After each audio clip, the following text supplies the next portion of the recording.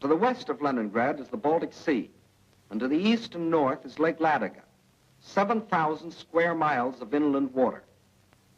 The Finns and the Germans occupied one border of the lake to about this point, and in the south the Germans controlled the lake to here.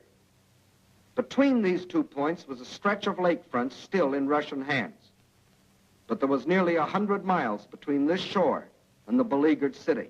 My name is Victoria Volodova. I treat myself as the member of the family of the survivors.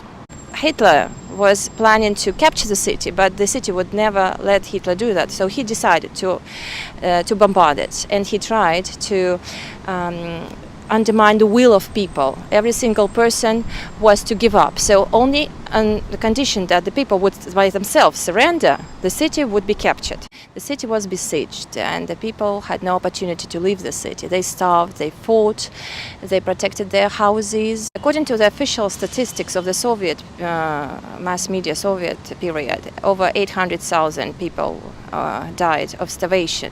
Civilians. I'm not mentioning the defendants. I'm not mentioning the ones who were around the city trying to break through. Everybody was trying to do their job. Very many people were involved in work in the factories. Very many people were working in hospitals, like my grandma, who was only 15 years old and working in the hospital as a nurse. Let her survive because otherwise she would die. She remembers that she could recollect that she was about to die. She was lying in her bed, and the houses had open doors, and everybody could get in, take a look at people lying in beds. Moms were absolutely indifferent to what was happening to their children because they couldn't help them. Portions of bread that were given to people at that time, especially in winter, 1941, 1944, were so tiny that it could be hardly treated as some food. It was a tiny piece of bread, and people had to survive on this portion of bread. And there were some certain natural resources, the resources of the body that let people survive till, let's say, January, maybe December 1941. Just consider the frosts as well, because the temperatures in the houses were around zero when the winter started. It was one of the coldest winters, and the frosts were very severe, minus 40 Celsius. The houses were not heated, so people were just lying in beds and dying in beds. But everybody knew that you have to be on the move, you have to be walking, you have to be literally doing something. Those who gave up didn't survive. So that is why we can speak about personal heroism, I think. People were really trying to survive, and they were in constant search for food. Of course, the top party elite were doing really fine. The leaders of the party, of the government of Leningrad, had fancy cakes for lunch, while people were eating their fingers, just to survive.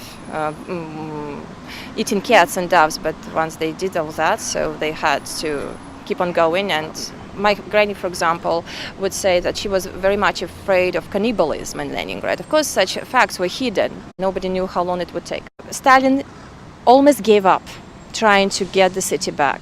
In 1943, when there were so many attempts to get the city back, and they were pretty fruitless, the city was to be left to the Nazis.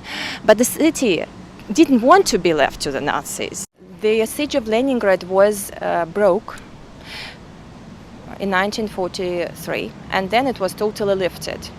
And with the breaking of the siege, there was a tiny corridor, and then they just broadened it. There existed a connection between the city and the mainland, so-called Road of Life, that was built on ice of Ladoga Lake, the only way to get to the city and from the city. In the summertime it was on boats, on some vessels, and in the wintertime it was on ice. People were evacuated by trucks, and they were coming back. The trucks were coming back with flour, with some food. And there was some certain hope arising in the hearts of the people, and I think it helped a lot to go through this very depressive moment when we were not ready. I must say we were not ready for the war, and we needed some time to get back to it, to get back to the level at which we could resist the Nazis.